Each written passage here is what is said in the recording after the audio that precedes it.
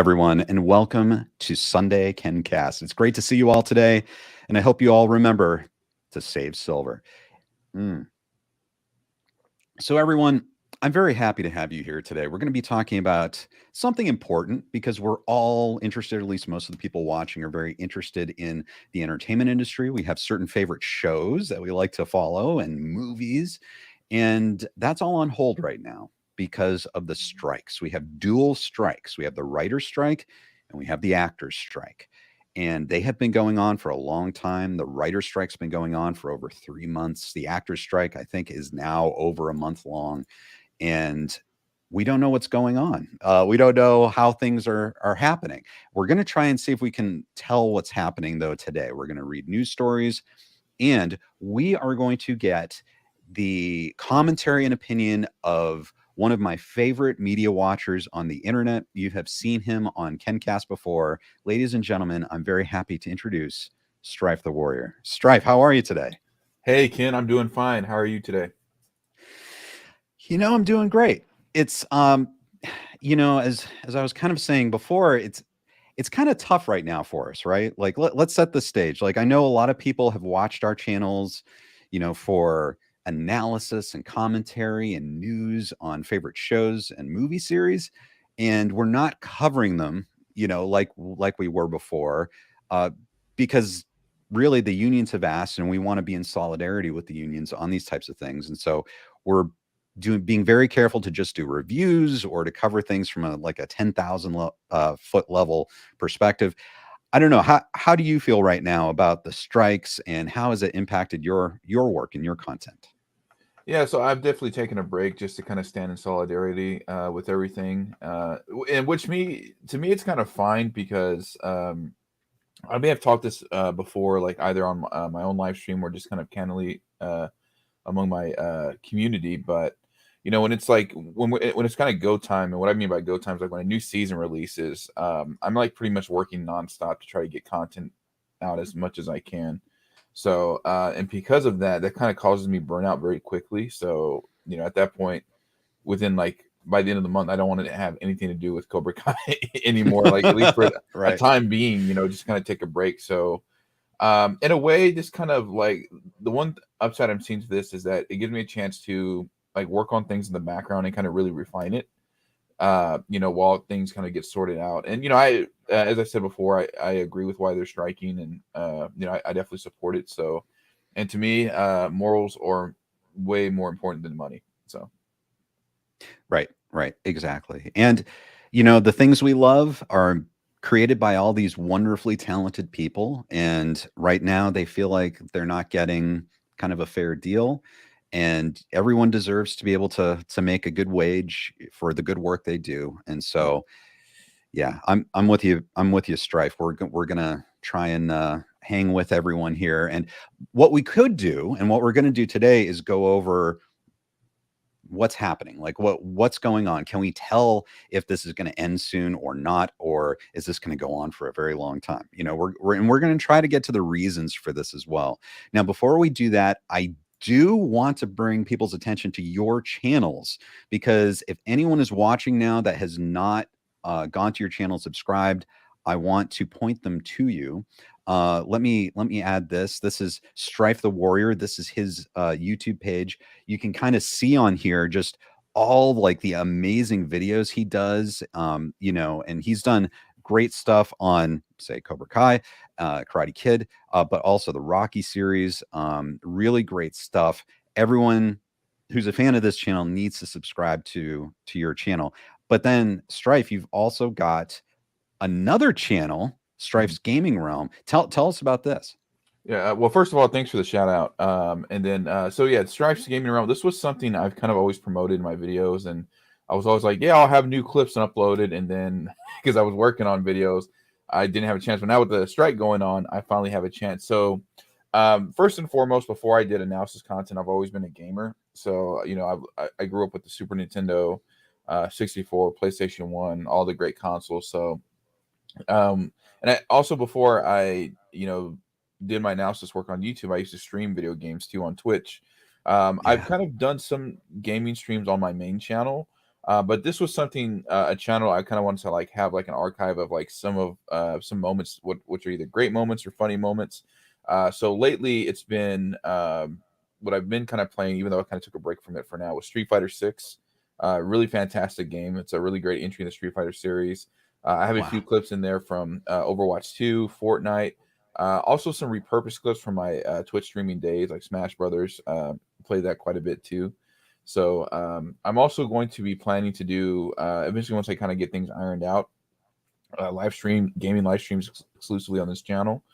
I might have something special planned for October, so I'll kind of keep you guys in the loop on that. So I've kind of been also doing some gaming work in the background of like recording footage and things like that, and kind of getting stuff. So yeah, I have a few clips in here. So that first one, though, the Great Minds Think Alike, is actually a really funny one because this was an online match from Street Fighter, and then me and this random guy I never met before, we ended up doing the same attack to each other twice. So it was a very like Cobra Kai-esque moment, like in season 4 where they kind of hit each other and like knock each other out. So Nice.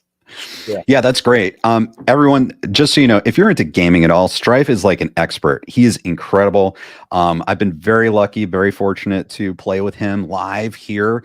Uh, the Shredder's Revenge games, Teenage Mutant Ninja Turtles, Shredder's Revenge. That was just so much fun, and we got to talk about the Super Mario movie on this channel, and he invited me on his channel to talk about Resident Evil Code Veronica, which was just so much fun. So if you guys are interested in that, check out Strife's Gaming Realm and let us know too if there's something you'd like to see us play on here or on his channel. Would you say Strife would be open to suggestions on Oh yeah. games and that type of thing? Yeah, and speaking of Shredder's Revenge, that we could probably do that again too, because the DLC comes out this Thursday, I think. So, Oh, that's right. yep. Yes, you actually let us know that there's some cool things to look forward to in the DLC. You can play as Shredder, right? Right, yeah. So the studio released a video yesterday. So I guess there's like a survival mode that they're adding, and what they do is like briefly somebody can kind of control Shredder for amount of time, and once that appearance is damaged, then you kind of revert back to your character without losing any kind of health bar. So you also two new characters you get to play as is Usagi, who's like, which I don't know too much about his information from like the TMT canon, but from what I understand, he's a samurai bunny from another dimension. Apparently, really a fan favorite too. When it comes to like the old games, he was a very requested character. You see him in fan games all the time too. And then Karai, Shredder's daughter, is playable too, which I'm actually Oh looking wow. forward to playing as her. So Wow, that's absolutely fantastic. Yeah, we definitely got to do that. That is a super fun game. mhm. I want to take a second before we get into our main discussion to say hello to everyone. Starting off with Chosen himself, Chosen Taguchi. What's Thank you up, so Chosen? much. How you doing?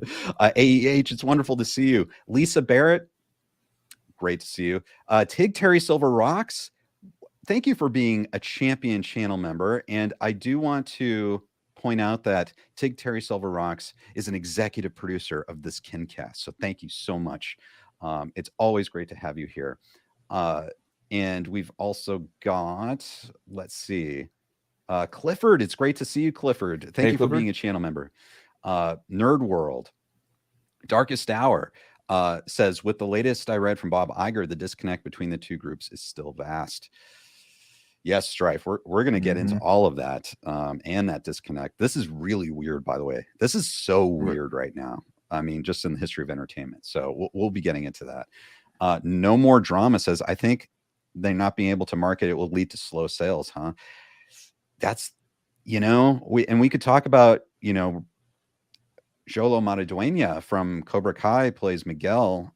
He had a new movie come out, and yeah, it's like they're not really able to market it like they would be able to because the actors can't go on talk shows and interviews and that type of thing. Jaws says, strike and soon, Strife, always with us. Yes. Yes, Definitely. indeed. Lupo, great to see you, Lupo. Thank you, Lupo. Owen Ellis, thanks for being a channel member. Great to see you. And we'll talk about that. Like, we have a new season of Cobra Kai coming out eventually, right? And when is that going to be? Can we tell when that's going to happen? We'll kind of pool our knowledge. Strife and I will pool our knowledge, and if you guys have thoughts, let us know as well. Clifford says, Strife on Super Mario Brothers, what is her actual name, Princess Peach or Princess Toadstool? So I think it was Peach originally, but it didn't get localized until Super Mario 64, which they kind of introduced her as Princess Peach Toadstool. But I could be wrong on that. But I want to say she was originally known as Toadstool here in the U.S., and then Super Mario 64 kind of started Linear Peach. So it might have been always Peach in Japan, but I'm not too sure about that. Don't quote me on that. And also, a quick other couple questions. Somebody asked me if I played the Cobra Kai games. Yes, I love the first one. Second one needs a lot of work. I still need to talk about that in a video. And favorite game about TMNT in 16-bit, easily Turtles in Time. You can't go wrong with that one. And that's what's great about Shredder's Revenge is that it's everything that was great about Turtles in Time in the original TMNT arcade game, and it's on steroids basically. Like everything that they was good about the games, they managed to not only recapture it but make it better too. So, and Jaws, I'm glad you brought up the 8-bit games. I don't know why I have a soft spot for it. The original Nintendo game of Teenage Mutant Ninja Turtles. It is really hard. I know it's got problems. For some reason, there's something about it, though, that's really unique, and it's tough. And I don't know. It's not as cartoony, maybe, as like the subsequent games. Maybe that's why I like it. The tone's a little rougher. I don't know. Do you have any thoughts about that original Nintendo I game? think about the rough tone. If you're talking about the platformer, I think that was more based on the Mirage comics, with some stuff thrown in. I never really played it because my first console was an NES, but we only had like the first two Mario games, and then our NES broke. But then right after that was like the Super Nintendo, which is what I really grew up with. So I had Mario World, Mario All Star, so I was able to kind of play those. But I probably want to go. I think I actually own it because in December last year, I actually came across a really good deal on an NES that had like 30 games, and it came with like the Zapper, 2 controllers. I actually repaired it and got it working again because fun fact. So the NES connector pins for the cartridge, you can actually boil those in water because the metal doesn't rust. So like a lot of time you would have like I had a gray screen like when I tried to get that thing to work. So I followed a tutorial on YouTube, took it apart, boiled it in water, let it air dry, and then once it was completely dry, I actually was able to kind of reinsert a cartridge over and over to kind of recalibrate the pins, and it worked again. So wow, yeah, oh, that's great. What that's fun. That's so much fun. And that was such a great console as well. I don't know if everyone here has been able to play the original Nintendo console, but that was a lot of fun. Cobra Kai World says saw Blue Beetle today. It was really good. Yeah, it was good. It's kind of too bad that there's so many factors kind of running against it right now, and it's really too bad. It's a shame because I think Sholo is a movie star. I mean, he deserves to be a movie star. I think he's great. Definitely. Let's see what else. I'm trying to get to all your comments, guys. So many great comments, and we'll continue to get to them. Everyone, let's get to our main news of the day. KenCast news. Okay, Strife. So just to bring everyone up to speed, we're in the middle of an historic strike. We have both the actors and the writers striking right now. Hollywood, that we see behind you in the background, is completely shut down. We don't have, aside from soap operas and some independent productions, we don't have any movies or TV shows being made at all, including Cobra Kai series. I know a lot of people are fans of that who are watching. They filmed 1 episode and have completely shut down.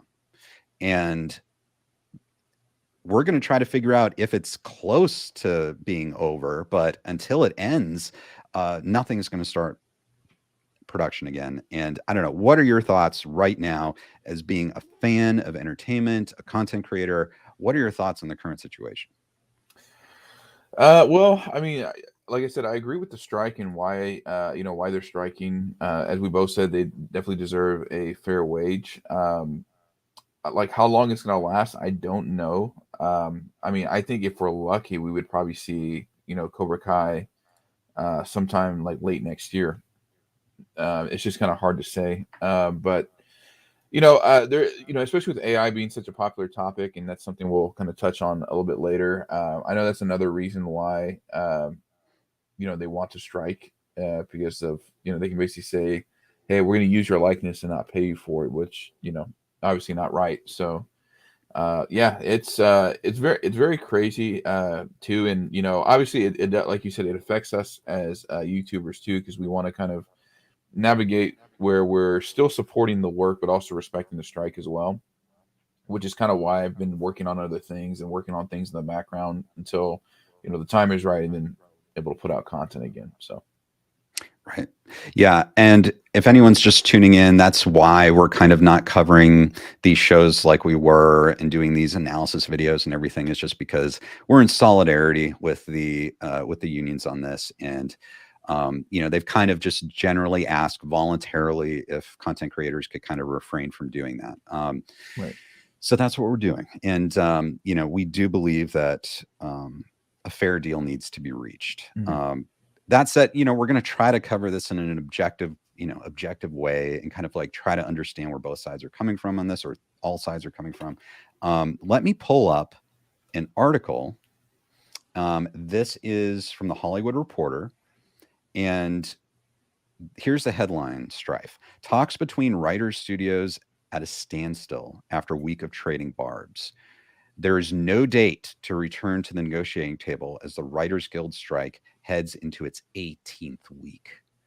And let me just read the first couple paragraphs, and then I'll get your thoughts. Following an eventful week in which the members of the Writers Guild of America, as well as the Alliance of Motion Picture and Television Producers, traded barbs following the publication of the studio's counteroffer, no talks are currently scheduled for the two parties to return to the negotiating table. According to sources on both sides, there remains no timetable for when negotiations for the group representing Hollywood studios and streamers and the Writers Guild negotiating committee will return to talks. Reps for the AMPTP and WGA declined to comment on the status of negotiations. And we can actually get into the specifics of what that counteroffer is in a minute, but this is kind of stunning, don't you think? That it looks like there are no talks scheduled. Yeah, I mean, I don't want to say it in a negative way, but it's kind of to be expected, just because if they said, was this 18th week, 16th week that they're going into strikes? So it's been, yeah, it's an 18th week, right? So yeah, almost. I mean, it's been 4.5 months. So I can kind of expect this to kind of go on a little bit longer too. But yeah, it's a shame that there hasn't been an agreement yet. But that's also kind of part of the process too, of when you're standing up for your rights and what you feel like you should deserve to be paid. This is kind of one of the things that it's a tough thing to endure, but it's something that that's endured by really the people that are striking. So right. And so my understanding too is that the studios released their counteroffer to the WGA. So basically, the WGA had a list of demands, and the studios finally released a counteroffer to that. And they were told at the time that this was their first and only counteroffer. Like, they better just accept it. And I think they broke protocol and released their counteroffer to the public, to us. Mm-hmm. So I don't know if you guys are interested in numbers. If you're interested in this whole topic, I think you'll appreciate this. Strife, let's go through and see what the studios are offering and see if it gets to like what you're talking about, AI and like these other issues, and see if this should, in our eyes and the public's eyes, kind of move the needle. Okay, so remember, this is from the studio side. They're saying they've offered significantly higher compensation. So the highest wage increase for the WGA in 35 years, a compounded 13% increase. First thing I'll say here, these contracts come up every 3 years, and there has been insane inflation over the past 2 years. Like, the total inflation, I believe, is somewhere north of 20%. Like, we have had incredible inflation. So that would mean, say, if there's over the past 2 to 3 years, if there's been over 20% inflation, that means like $1 that's how much weaker it is right now. Just roughly say 20% less buying power in a dollar than there was, roughly than a few years ago. So the thing is, a compounded 13% increase, that's really not even covering inflation. Right. And so I think that's one of the troubles. And I know a lot of you, all of us, who are working and with organizations, some organizations have like a cost of living increase that are supposed to like cover increases in inflation. But if you've been working at your job and for the past 3 years, you haven't gotten any increase in your payment, you've actually been getting paid less and less every year because of inflation. Right. Is that right? Yeah, costs are rising. So let me also kind of ask about. So they're saying compounded 13%.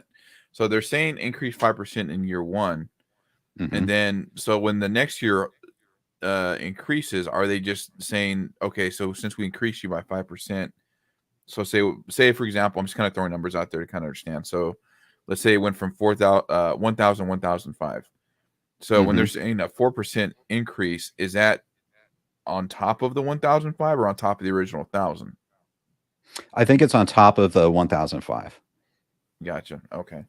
So it's like it's factoring in this 5%, right? And then on top of that, it'll be 4%, and then on top of that, it'll be 3.5% in year 3. But you're saying that doesn't even cost or cover the cost of living, though, right?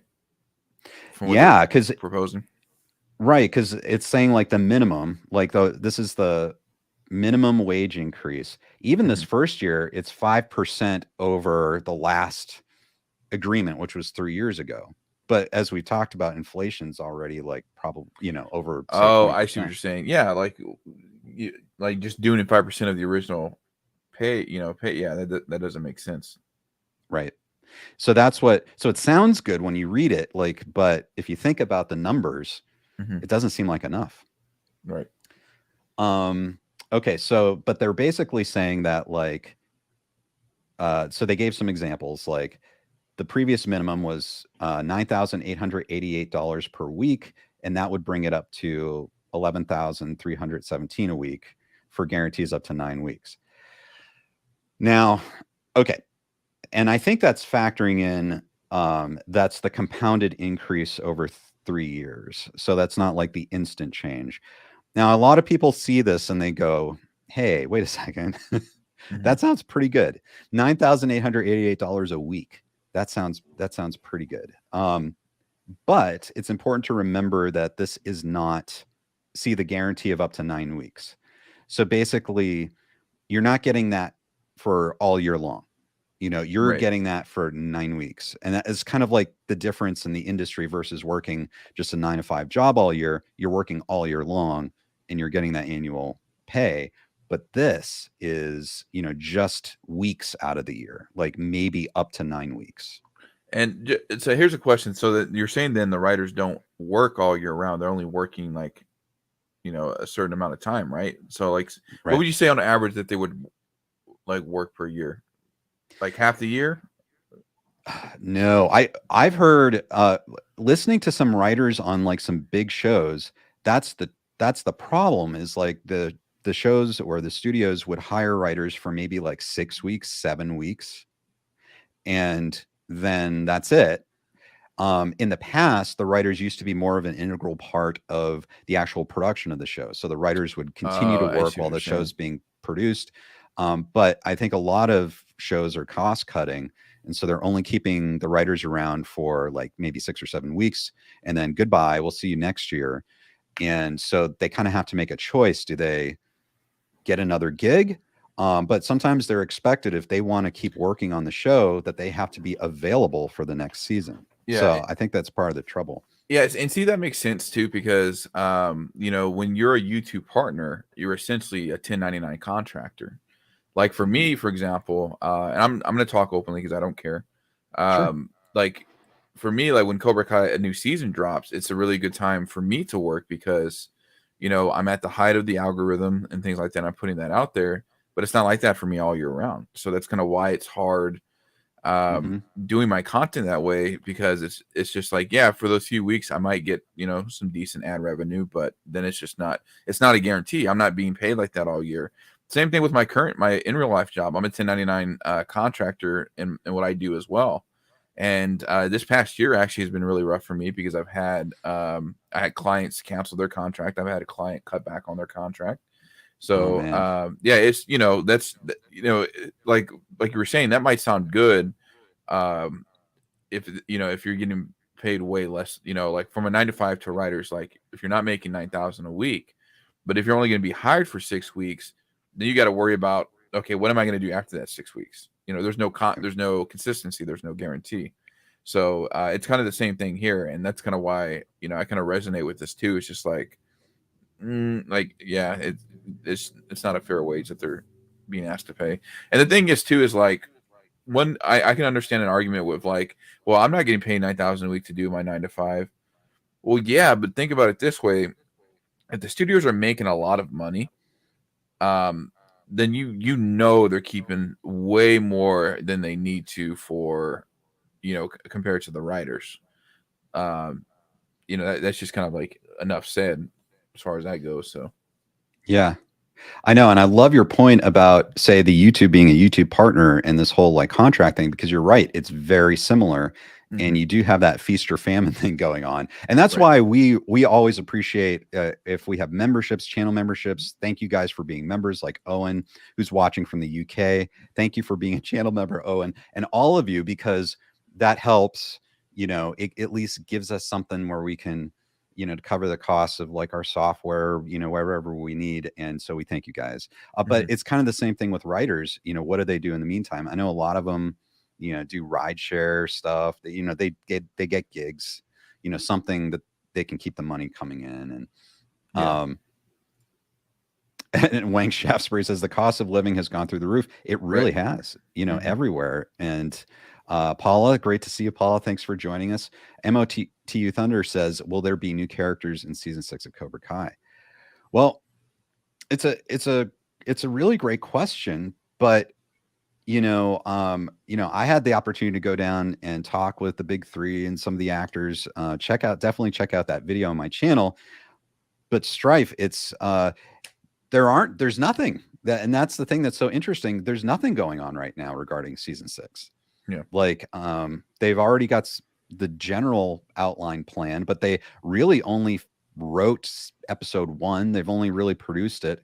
They have really good ideas for the rest of this series, but those episodes aren't fully formed yet. And that was one of the interesting things, is they were telling me about how it's they develop as it's going on, and it's not all locked in before they start production. Right. It's like they're planning to build a house, right? They have the plans, they have the permits and thing, but all the contractors are booked up through the next 2 years. Like, you can't do anything. Like, if you don't have people working, you can't do anything like that. So right.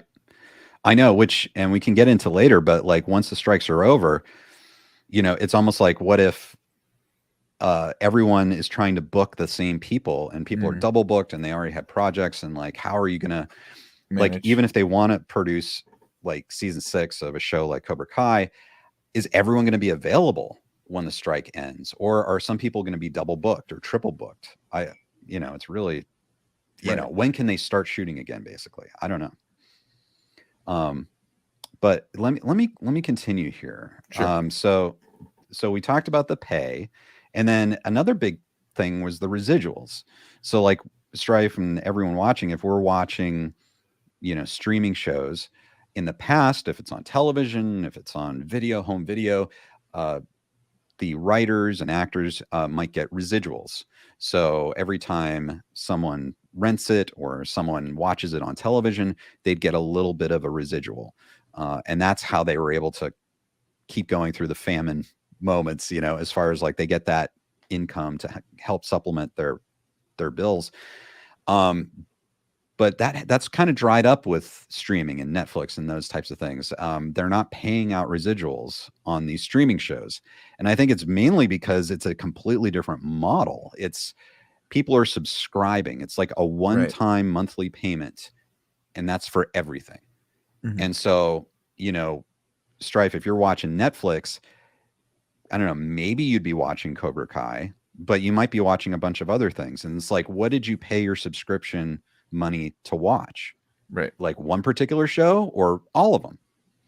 And whereas in the past, if say something was on television, you had ratings, you had ad revenue for very specific shows that were being aired. So that revenue, that new revenue coming in would be tied specifically to shows or movies you're watching, say on television. So I don't know. Do you have thoughts on this whole like streaming age and residuals? Yeah, it's definitely a model that as a consumer, it's been very convenient for everybody. Like you can kind of watch whatever you want when you want to watch it. But then the problem is, I think they've also been using that model to also not pay people fairly. And it's funny that this is brought up because we were talking about what we wanted to talk about before we got on here. I hadn't even thought about bringing this up, but do you remember the WWE wrestler Maven Huffman or Maven? Maven, very. I think so. So at the Rumble, he was the guy that he was like the rookie that eliminated the Undertaker when the Undertaker was talking smack to somebody, and he drop kicked him from the back and he eliminated the Undertaker, and then the Undertaker got mad and took him throughout the arena. Do you remember that? I think I do vaguely. Okay. Yeah, what year was this? Oh, it was 01, 02? Okay. Probably okay. 02. Okay.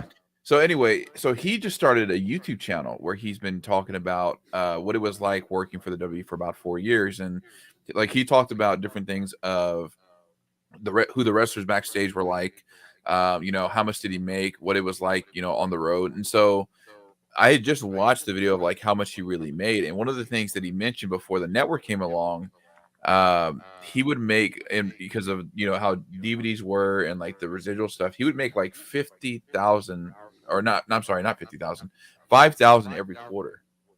But when the network came along, what ended up happening is that that really went down to 300. What? 300 per quarter, just because of like how the network model works. It's like Netflix. Wow. It's on-demand wrestling, but you can watch, but that affects everybody like royalty. And he's like a mid-card guy, so he's not necessarily like at the top of the line, but you can imagine if that's what a mid-card guy, imagine like a veteran getting paid something like that too. So wow. Yeah, that's really, and that's my question. Is it because say the organization is greedy and they're not paying that out, or is there genuinely less money to pay out in residuals?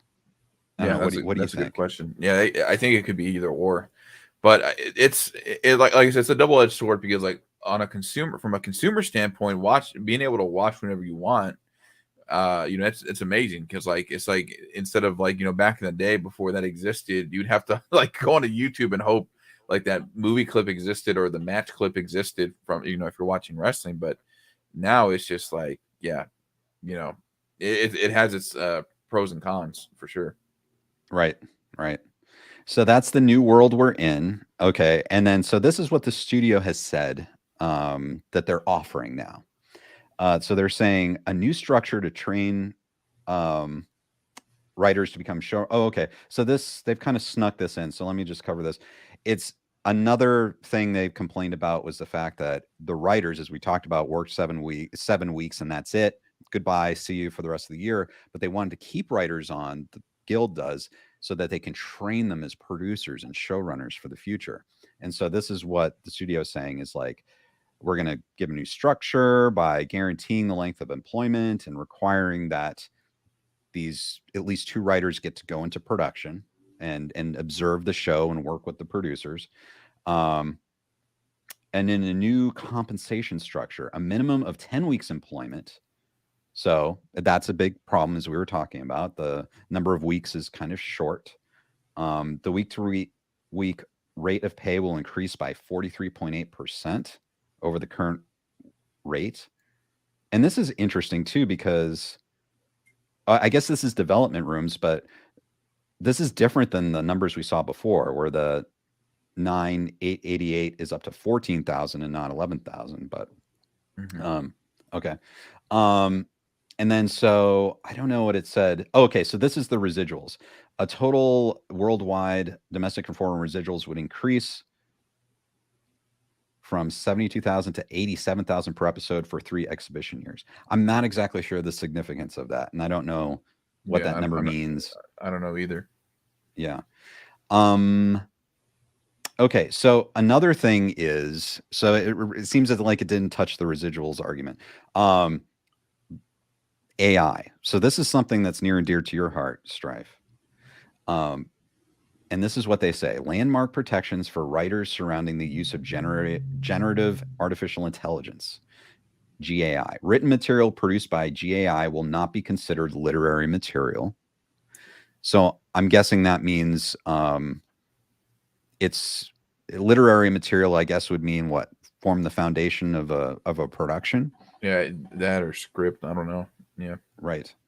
A writer's compensation credit and separated rights will not be affected by the use of GAI produced material. Okay, so that sounds good, but here's what I want to ask you, Strife. A writer's compensation credit and separated rights will not be affected by the use. So if you're a content creator, say like even for your channel or you're making a movie and you've written something, and then your boss or the studio comes along and rewrites it with AI, right? So it's not quite your work anymore. But then you get full credit for it. But it's not your work totally. It's been rewritten. Yeah, it's like, okay, but am I still getting the full pay? Because the thing is, they could say is like, oh yeah, your material is not going to be affected, but we're going to use 60% of the AI wrote compared to your 40%. Okay, are you still paying me 100% then? If it's not going to matter, you know? Right. I think they're kind of using that as a way to like, it's like a gotcha. It's like, okay, yeah, your work's not going to be affected, but we're also not going to pay you for even though you're getting full credit, you're not going to get full pay. I think I'm assuming that's what they're trying to do, if I had to guess. So, right. So, if they say the writer's compensation isn't affected, I'm guessing, Strife, they bring you in, you write a script, maybe even a couple drafts of a script, but then instead of bringing you back and keeping you on a project, they'd maybe use AI to rewrite some things, so they didn't have to keep you on and keep paying you, right, to keep working on it. Maybe. Yeah, I think so. I think, yeah, there's just a lot of subtlety in here, and I know that they're releasing this to make it sound good, but yeah, there would be a lot of. It seems like a weak guarantee to me, like to say like, oh, hey, your stuff's not going to be affected if we use this, but it seems like it needs to be very spelled out and how AI is going to be used. Then they say increased data transparency to reflect that the internet has changed the dynamics of the entertainment business. What does that mean? Increased data transparency to reflect that the internet has changed the dynamics. I guess what they're trying to say is that trying to show, which I think is going to the next point, the viewership data. I think that's one of the things they're kind of talking about. I feel like the data transparency, I don't know if there's a gotcha to that. I think that's what it sounds like, but right. But I guess the only thing is, are they going to be fully transparent about the said data? Right. You know, they're going to, because they say increased, not maximum, increased. Right. You know, that's I guess that would be kind of the gotcha there. So yeah, it sounds good, but it seems just incredibly vague. It's like saying, hey, we're gonna just increased. What does that mean? And then, is that a lot? And then it's like to reflect that the internet has changed things. And it's like, well, okay, the internet's been around for a while, guys. Right. And then you're right. This is a good point. For the first time, viewership data in the form of quarterly confidential reports is to be provided to the WGA. That will include total SVOD view hours per title. And this is something, because one of the big complaints is that no one has been sharing any viewership data with the guild or with writers, and no one knows how many people are actually watching these shows. Right. And so this is the first time they're sharing viewership data. Now, Strife, I'll throw something else at you. Supposedly, one of the big dirty secrets of streaming is that people aren't really watching much, that really these streaming platforms have been losing money, and that if they were to show how much, or to show the data, essentially, people would see that, wow, people are really not watching most of the shows on streaming, and that would cause stock prices to plummet for these companies, because they've been kind of propping up this idea that, oh, streaming, everyone's watching streaming, but that really most content's not being watched at all. So I don't know. What do you think of this whole sharing viewership data thing? Yeah, I think that could be also why they're trying to not share that data, just to, like you said, just to kind of like give them the edge that like, oh wait, this is why you've kind of been hiding it. So yeah, I mean, because you have to think about it too. Like on Netflix, for example, you're gonna have like your prime time, your movie, everything that everybody's gonna watch, like no matter what. You're gonna have your shows like Cobra Kai, Stranger Things, and whatnot. But then, like, also, you're gonna have like some filler content on there too that some people might watch, might not watch, sports stuff, drama, documentary, whatever. So yeah, I think they could really be at a disadvantage, and that's kind of why they've been reluctant to share that data, because yeah, you're gonna have a lot of content, and yes, it is on demand, but how much of the on demand is everybody watching? Are they watching 50%? Are they watching 20%? Are they only watching the signature shows?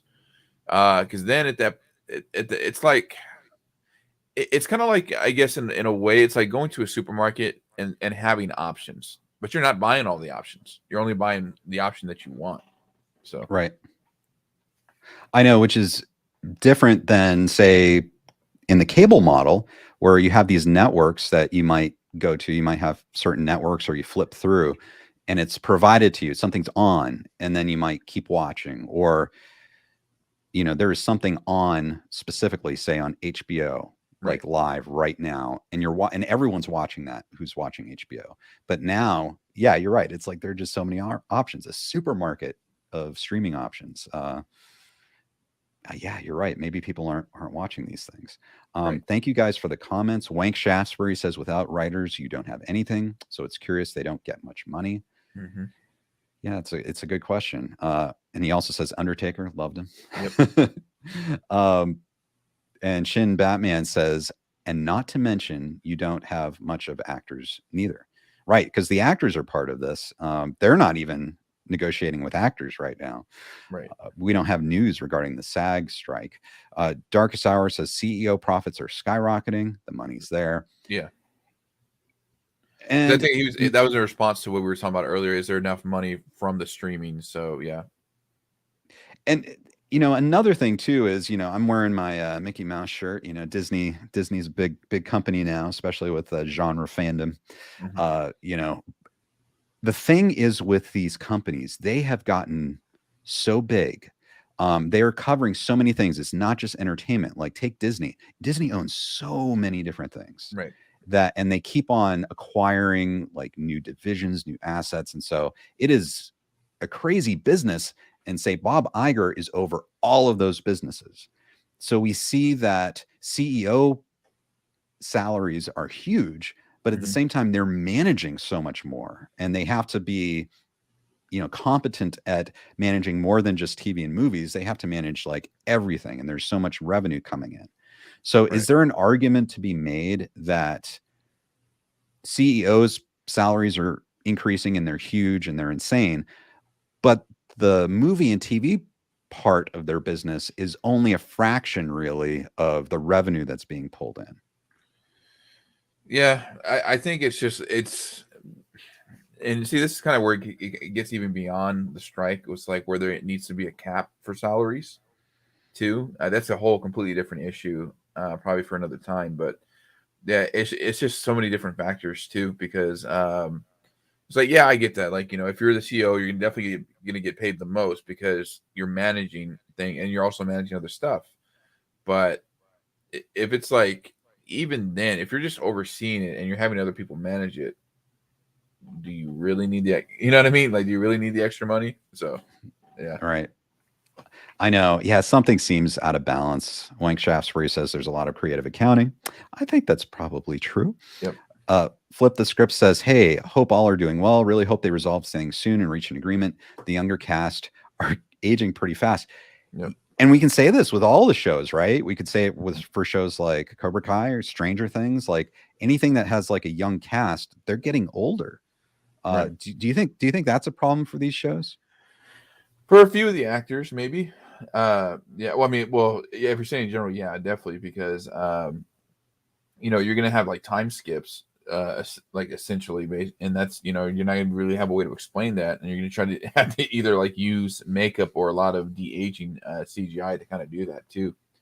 So, which sometimes it works. It definitely can work and whatnot, but I think really the only one I can think of really, like, if we're talking about the Cobra Kai cast, I think the only one that's really like one of the or two of the older ones I think is Tanner and Mary.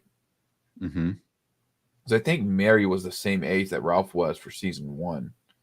So, but no, I could be wrong.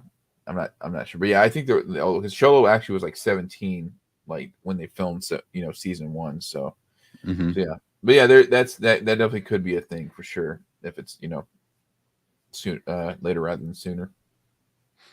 And I'm thinking for a show, say like Cobra Kai as well, people talk about like the break in between seasons, but the interesting thing is they've actually shot one episode of season 6. So Right. are you going to see like an age jump between episodes 1 and 2, for some of these Right. characters? Exactly. Yeah. That would be something. Hey, Javier, thanks for joining us. The strike is expected by Cobra Kai taking over. Yeah. It's amazing. Just the strike, talk about strike, strike first, strike hard. The strike has kind of KO'd all production right now, including Cobra Kai. So, and Darkest Hour asks, how do streaming sites fix this? Charge by the show, charge by category, run a tier system where you pick and choose a specific number of categories per tier. Will people even pay for this? These are wonderful questions. I have some ideas, but Strife, I don't know. What do you think of this? I think maybe tiers could be the best way. But the only problem then is that you have your paywall issues too, like things sitting behind a paywall. So, Right. but at the same time though, that's kind of like the same thing with what the with like what cable and like satellite TV have always done too. So it might not be that vastly different, but yeah, I think maybe out of all those, a tier would probably be the best system. I mean, they're kind of technically doing that now with like Netflix, or they're trying to introduce that where it's like you pay this price, but you'll get ads. You pay this other price, you won't get ads. So it's definitely could be, could be a thing for sure. Right. And I agree with that. I think it could be a tier system, but here's my prediction, because we were talking about residuals, and everyone, the writers, the actors, everyone wants residuals for these streaming shows. I think the easy way to do that would be to have these shows generate revenue beyond just the subscription. And I think that's ads. Strife, you mentioned that. Like, I'm wondering if we're going to see a lot of affordable tiers that include ads, and maybe they'll just keep raising the prices of the tiers that are ad free. But Right. that way, those ads for whatever shows are being watched will be generating revenue that Right. you could pay out as residuals. And I'm kind of wondering if these strikes are going to basically force these streamers to become more like cable networks, where you're paying for a channel and, or a package of channels, like a bundle of channels, and there will be ads. Mm-hmm. And, like Netflix, I think their tier right now isn't it like SD? It's like standard definition, but Right. it includes commercials. Right. So I'm wondering if they'll have like higher quality tiers that include commercials, like HD or 4K, but there'll be commercial breaks. I don't know. If they do that, that's okay. I just hope it's elegant. Like, I remember paying for Paramount Plus, and I went to the cheap tier that had ads, but they had too many ads, and they kept interrupting at very strange times. And it's like I didn't like that, because it was really getting in the way of the show. So I hope that streamers can do that. But Yeah, I don't know. How do you feel about ads? Yeah, I think that's the only downside. Is just like when they do ads, there's definitely gonna be like too many. But at the same time, like if somebody is like looking to save money, they probably won't care. They're like, oh, another ad. They'll complain about it, but then they won't raise the price. They won't change their subscription. So, but yeah, I think them using that to do residuals would be a really good idea. and then it's just kind of balancing the mid roll, so to speak, like you said, just making sure there's not too many, but also not too few. So, right. Just as a side note, because you're a YouTube content creator, how do you think YouTube handles ads? I mean, for me, I try not to do like the whole like too many ad rolls and things like that, but I think, and see, it's kind of hard for me to answer because I usually have YouTube Premium, just because I like having being able to watch stuff like with this, screen locked and stuff, or like listening to it like while I'm driving or something.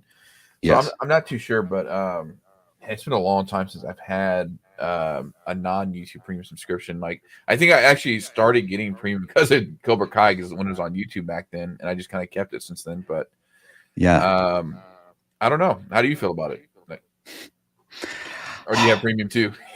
No, I did Premium for a while. I agree. When Cobra Kai came on YouTube, I paid for that YouTube Red, YouTube Premium, just for Cobra Kai. But yeah, I do not pay for Premium right now. But I think overall, like the ads are, a lot of them are short, or you can skip them at a certain point. And I think that's the way to do it.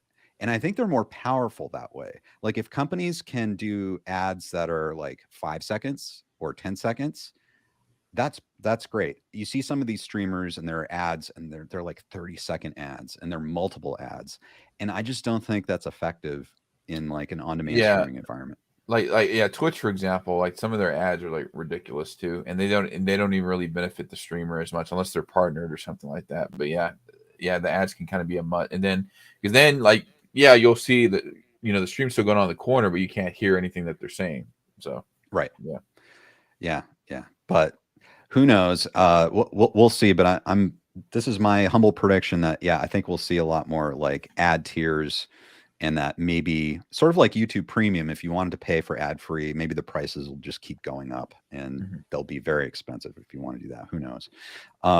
AEH, out of all the shows on Netflix, I have seen 8 series, but only 6 of them were worth watching. The last show I saw was really bad. Thanks for the comment, AEH. What do you think? How's the quality of these shows, Strife, on streaming? I haven't really watched too much. I'm trying to think of anything that I've watched that was I did like, outside of Cobra Kai, I did like Tekken. The Tekken one was really good. It could have been longer, but I thought the quality was up there. I know I've heard a lot of people like really like Bridgerton. My girlfriend really liked that one, and it did. From watching snippets, it did seem pretty interesting. There's another one coming out, I think, which is called. Let me look it up real quick. I think it's called Wrestlers. Oh yeah, or something like that. And it's talking about. It's either a documentary or a show that's going to be talking about the OVW, which, if you don't know what that is, that was a development system WWE used before NXT and things like that. And so a lot of people came up through there. So like John Cena, Randy Orton, Brock Lesnar, Shelton Benjamin. So I'm kind of that one I'm kind of like interested in seeing to see how that is. And of course, is Glow a Netflix original too? I can't remember. Yes. Though they canceled it. Yeah. Well, I mean, even then, like I've never watched it, but I know about it because it's based on the real life 80s, ladies wrestling promotion. But I mean, if that was enough to interest casual viewers too, I'd imagine that, like, say some of the quality of their things are pretty good. So, right, yeah, it's a very wide gamut, but it's a great. I think Netflix, they seem to have understood how to do this, and they have like all different kinds of content. Like you can have like reality shows on Netflix, you can have these prestige shows on Netflix, you can have a lot of non-North America, like foreign series come in, like Korean television and movies really have taken off. Like I think people have really discovered all of this great content from around the world, and so Netflix, I think they know what they're doing. I think they've kind of figured it out. But thank you all, you guys, for these comments. Bobby, thanks for joining us. Sorry I'm late, but I'm here. I really hope this strike ends soon. And we're going to get to the AI bit in just a minute, but based off of Bobby's comments, Strife, what have you been doing? Like, how do you cope with the current state of content right now? From a personal standpoint, I've kind of been able to just enjoy like some of my other hobbies in the meantime. Like gaming. I've kind of been doing that. I've kind of also just kind of focusing on other things. That's like it's easy. Like it's both easy and hard to say at the same time. Or easier said than done, I should say. But yeah, like it sucks and whatnot. Especially because like I was really it was ironic enough before they had asked about the whole content creator. I was actually planning to resume like my Cobra Kai season 5 videos, and then then they hit me, and I was like, well, damn. So I just kind of been focusing on doing what I can to kind of make other content too that's not affected. So like obviously the gaming channel, I've Right. been doing that, or like I said, hobbies. Yeah, like I said, it sucks, but at the same time, I know I would rather have that going on than them getting paid unjustly, or just making content like to disregard that. Because I had actually a commenter one time when I did my announcement of like, hey, I'm gonna be taking a little break. I'll try to do content when I can. They're like, well, do what you want anyway. The strike is bollocks. I'm like, dude, it's not even that big deal. Like I originally did this channel for fun, and if the channel ever ends, that's how I'm gonna just go out doing it too. Was for fun. It was never about the money. It was never Right. about. And I've always said that like I would rather put out good content than that I'm not happy with just to make a quick buck. So you know. Yep. Exactly. Yes. 100% agree.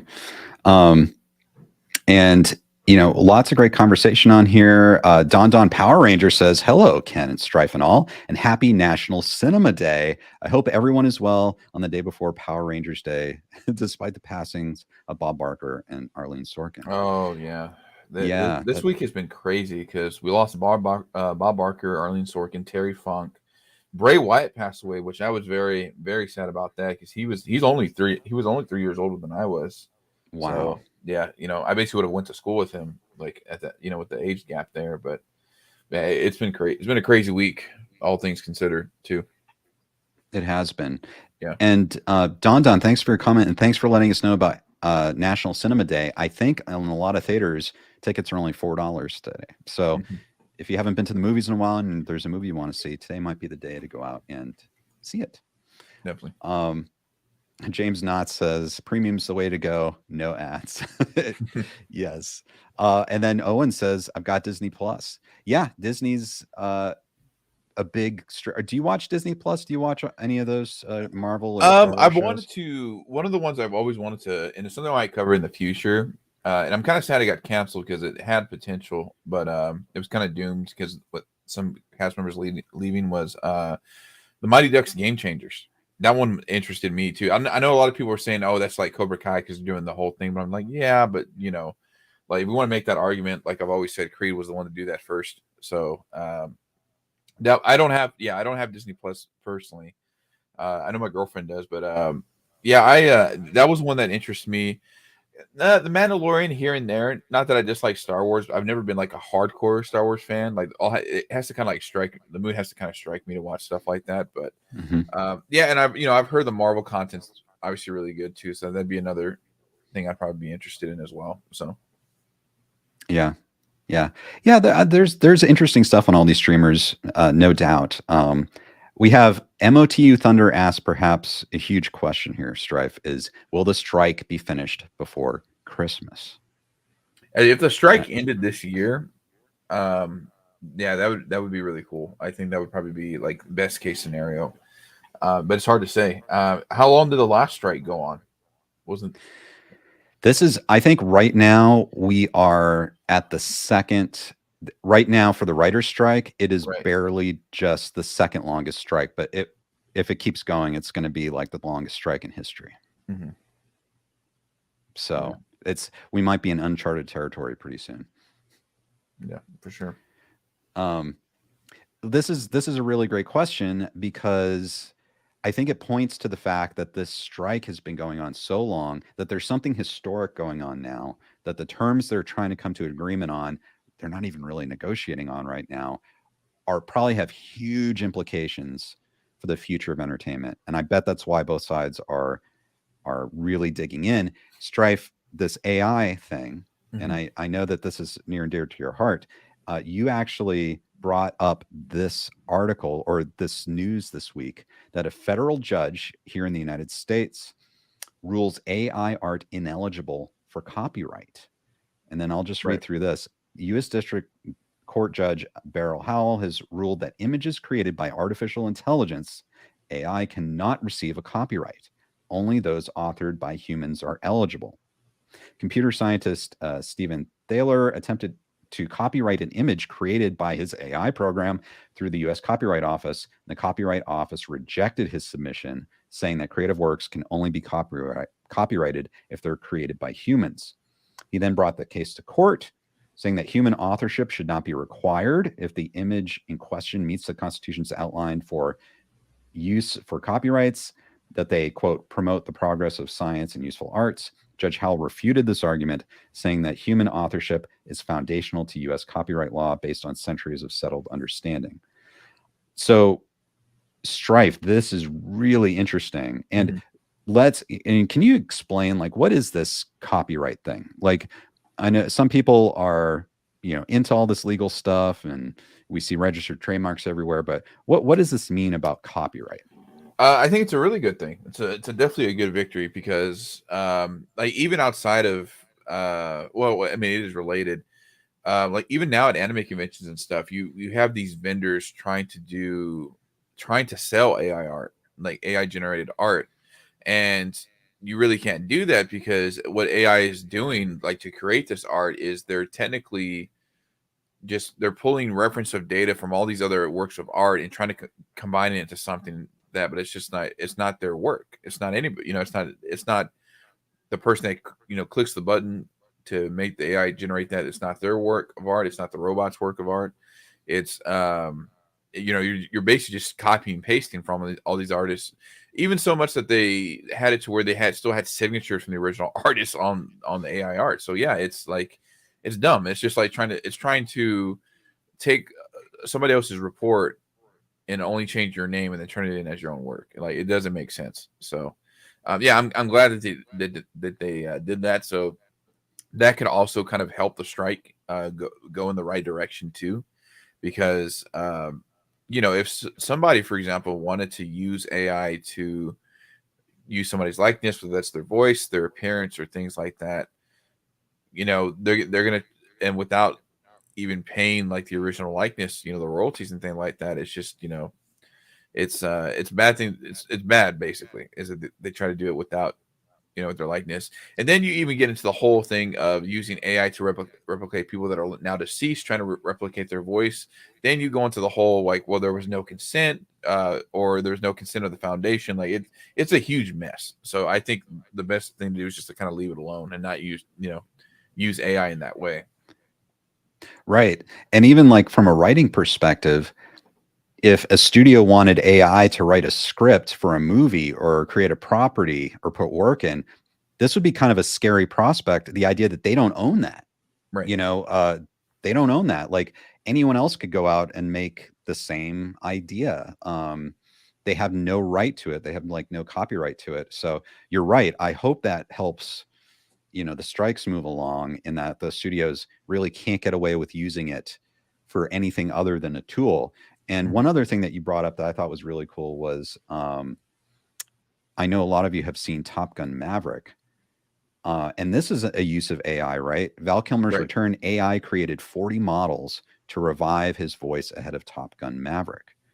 And tell us about this, Strife, and why this is important. So this would be one of the few examples of, I would consider, AI being used for good. And I could be wrong. Does the article state? So I know Val Kilmer, he's not able to talk much anymore. Okay, it was throat cancer. So he lost the ability to speak 9 years ago at this point. So with what they did in the specific scene that they used him for, is they used AI to kind of help replicate his voice for that. So and obviously, since he was involved in production, they definitely probably had to ask for his consent and things like that. So, and obviously, if he was part of production, he was getting paid for that too. That was, and because obviously not having the ability to speak, I think that was one of the few times that AI was actually useful, because it helped that helped that production because Val Kilmer's still with us, and it helped get his voice back, whether it was for that scene or not. Just for that scene. So. Right. Yeah, and you bring up a really good point. It's different because it's a tool, and it's something that Val Kilmer probably had approval over and could oversee and make sure it's in line with how he would give the performance. And so that's a completely different thing than, AI just completely coming up with a digital Val Kilmer. So Right. we don't have to pay him, and he's not involved, or maybe he gets just a little fee, and the studio has the right to just use Val Kilmer or use a digital Val Kilmer, which is kind of the prospect right now. Like, there are people throwing out ideas. I think companies throwing out ideas where Strife, you or anyone watching could have this service where you would put in, say, today I want to watch an Arnold Schwarzenegger movie where he's basically in the Alien universe, and where Arnold Schwarzenegger is fighting Alien alongside Sigourney Weaver as Ripley. Right. And it would make it for you. Like, you could basically put in the movie you want to see, and it would just insta create the movie. Which seems wild to me. I don't know if it would be any good. It would seem like it'd always be a novelty, but essentially these famous people could be created by a computer and give performances that they were never associated with. Right. One of the things too that kind of also, when I think of things like this, and it's something that this happened way before AI did. Obviously, it's kind of similar to what is his name? I'm trying to think of his name. Crispin Glover, Back to the Future 2. Remember that was a whole big thing too, because they used another actor and prosthetics to kind of create his likeness, but he was like, like, I would not have been okay with that performance because that performance is technically representing me.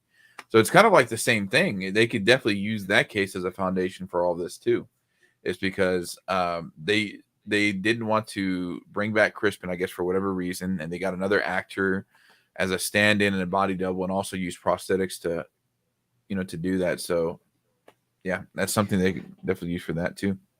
That's a really good point. And that whole lawsuit it shook the industry. It completely changed the industry. And it's weird to think about. There was a time before that where, I mean, these are big filmmakers like Robert Zemeckis, and it was okay. They thought, okay, I can't get this actor, so we're just gonna make up another actor and kind of to mimic, the actor we lost, and that didn't fly. So you're right. And what I remember too, Crispin said it wasn't necessarily Zemeckis, but it was more Bob Gale, the producer. That was his idea, and that's why he kind of still doesn't really talk to Bob Gale, which I obviously don't blame him, but yeah. Right. It's weird looking at these things because there's always multiple sides. Whereas, say you have an actor, and I don't know if this was the case necessarily, but Crispin Glover demanding a ton of money, say like too much money in the eyes of the studios, like, we can't afford to pay him, but we have this popular character that needs to be back. Let's just figure out a way to do this where we don't have to pay all that money.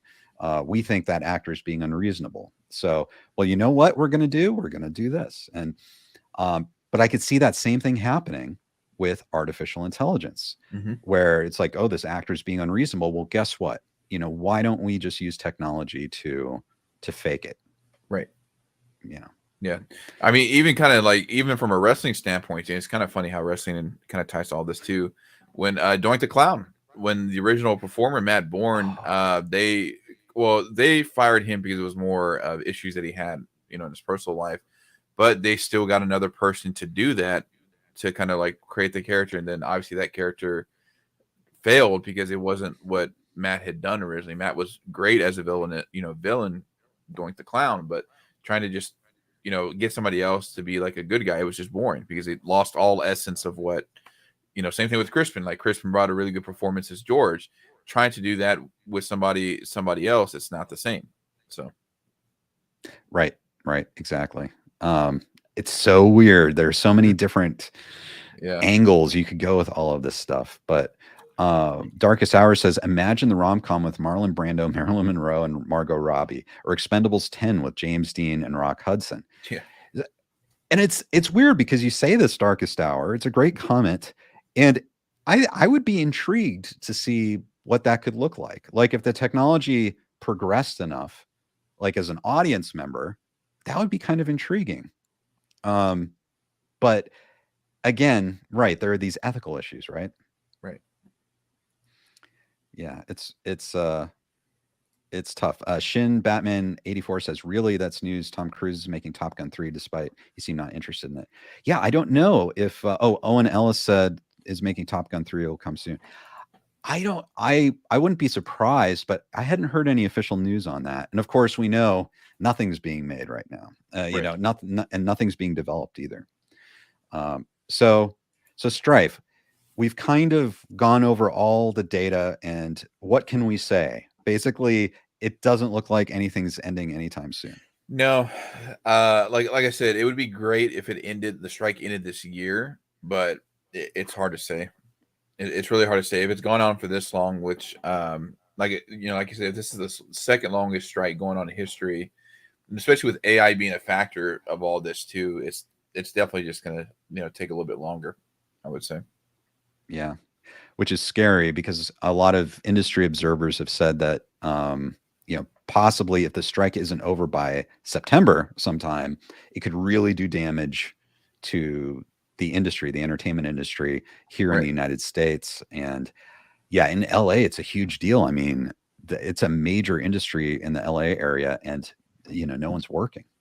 Right. Almost no one's working. It's bad. And you would think that they could at least get together and talk and negotiate and come up with something, because they're not able to produce anything. It's really fascinating to me. Right. Well, so Strife, before we leave today, do you have any other thoughts, or do you have anything that you'd like people to pay attention to going forward?